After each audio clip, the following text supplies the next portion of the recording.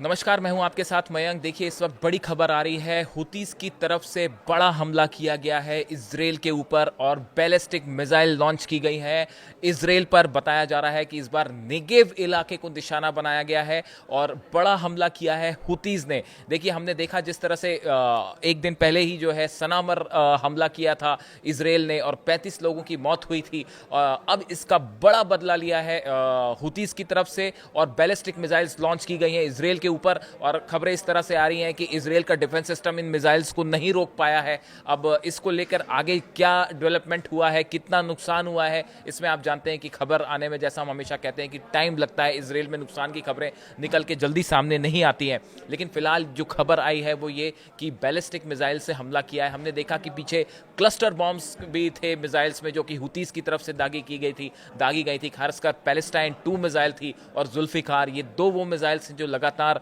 Yemen की तरफ से, हुतीस की तरफ से फायर की जाती है इजराइल के ऊपर। और एक बार फिर इसी तरह से एक बैलिस्टिक मिसाइल फायर की गई है। इससे कितना नुकसान होगा ये हम आपको बताएंगे। इसके साथ ही देखिए, अभी जो यमन में हमला हुआ था सना में और अल-जाफ इलाके में, जिसमें 35 लोगों की मौत हुई। इस हमले के दौरान एक गौर करने वाली बात यह थी कि जो याह्या सारी हैं, प्रवक्ता हैं हुतीस के, इनके ऑफिस को भी टारगेट किया गया था और बताया जाता है कि निशाने पर याह्या सारी खुद थे।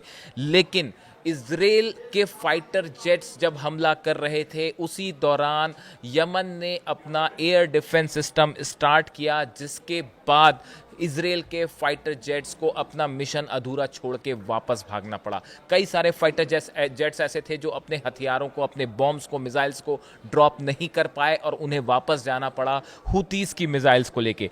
देखिए, जो याह्या सारी हैं, स्पोक्स पर्सन है, इनकी तरफ से बयान आया है।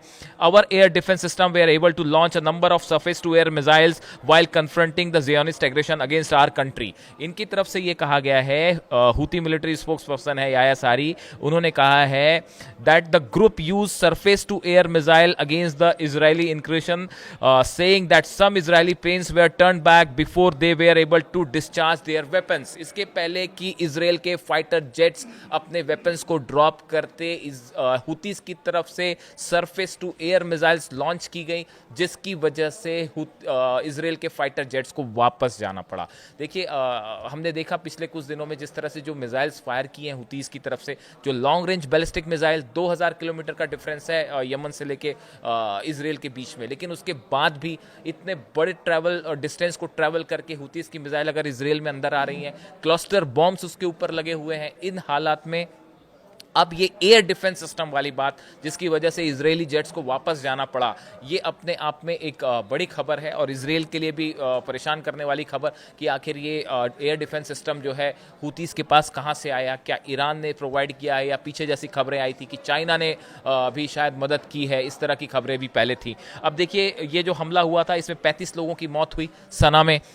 उसके बाद अब ये लेटेस्ट हमला हुआ है, जो कि अब से चंद घंटों पहले है, लेटेस्ट हमला है। कई बार मेरे दर्शक पूछते हैं कि आप जब नए हमले की बात कर रहे हैं, ये कब का हमला है? ये आज हमला हुआ है, थोड़ी देर पहले ये हमला हुआ है, चंद घंटे पहले। और जो कल हमला हुआ था इजराइल की तरफ से, उसका बदला लिया गया है। देखिए, ये बात हुई यमन की। इसके अलावा हमने देखा कि लेबनान में भी, उत्तर पूर्वी लेबनान इलाके में भी हिजबुल्लाह को टारगेट किया इजराइल ने, और ये वो इलाका है जहां पहली बार इजराइल की तरफ से हमले हुए हैं। यानी आप देखिए, पहले कतर पे हमला हुआ, फिर सना में, लेबनान में, गजा में ऑपरेशन जारी है। एक प्रकार से इजराइल जो है वो एक साथ 4-5 देशों में अपना ऑपरेशन कर रहा है, जो बैकफायर भी कर सकता है। कई एक्सपर्ट्स का कहना ऐसा है कि इजराइल के खिलाफ एक साथ अगर हिजबुल्लाह, हुती या फिर ईरान की तरफ से अगर कोई हमले होते हैं, तो इजराइल के लिए इनसे निपटना भारी पड़ सकता है। गजा में, सिटी में काफ़ी सारे इजरायली फोर्सेस जो है एंटर करने के लिए तैयार हैं।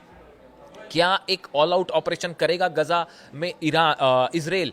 अगर ऐसा होता है, उस सूरत में ईरान की तरफ से क्या रिस्पांस होगा, यमन की तरफ से क्या रिस्पांस होगा, ये बड़े देखने वाली बात है। आज अली खामेनी साहब का एक संदेश आया, जिसमें उन्होंने कहा है कि जिस तरह से कतर पर हमला हुआ, उसके बाद अरब देशों को अमेरिका पर विश्वास नहीं करना चाहिए और मिल के इजराइल का मुकाबला करना चाहिए। अरब देश काफ़ी सारे जो हैं, सऊदी ने आलोचना की जिस तरह से इजराइल ने हमले किए, कतर बेहद नाराज़ है। कई सारे अरब देश हैं जो अमेरिका को लेकर जो विश्वास था वो भी थोड़ा हिला है कि भाई आपने जानकारी होने के बाद भी क्यों नहीं दी। इस सिचुएशन में ये भी बात कहा जा रहा है कि जो माइकल रूबिन है, एक एक्सपर्ट है अमेरिका के, उनका जो बयान सामने आया कि एक बड़े मिशन के साथ इजराइल आगे बढ़ रहा है और जिस तरह से हमास के लीडर्स को निशाना बनाया जा रहा है और यमन में एक के बाद एक हमले हो रहे हैं, इस सूरत में क्या आने वाले चंद दिनों में गजा को लेकर एक बड़ी जंग देखने को मिल सकती है मिडिल ईस्ट में, जिसमें 4-5 देश शामिल हो सकते हैं? ये बड़ा सवाल बार बार उठ रहा है क्योंकि गजा में अगले 2 से 3 दिन में कोई बड़ा फैसला गजा को लेकर हो सकता है और बड़ा ऑपरेशन हो सकता है। देखिए, यमन में हुतीस की तरफ से साफ कर दिया गया है कि इजराइल हमें निशाना बना रहा है क्योंकि हम गजा में फिलिस्तीनियों के साथ खड़े हुए हैं। हमें कोशिश की जा रही है रोकने की फिलिस्तीन के समर्थन के, लेकिन हुतीस की तरफ से बात कही गई है कि जब तक गजा में ऑपरेशन इजराइल का जारी रहेगा तब तक इजराइल पर हमले जारी रहेंगे। ये अनाउंसमेंट हुतीस की तरफ से कर दिया गया है और इन हालात में लेटेस्ट अटैक है जो नेगेव इलाके में है। नेगेव में एक बड़ा एयरबेस भी है, देखना होगा कि एयरबेस को टारगेट किया गया। हुतीस के स्टेटमेंट का हम इंतजार कर रहे हैं। इजराइल में क्या इसका नुकसान हुआ है इसका इंतजार कर रहे हैं। इससे जुड़ी जो भी अपडेट होगी, जो भी खबर आएगी, हम आप तक पहुंचाएंगे। Thank you so much.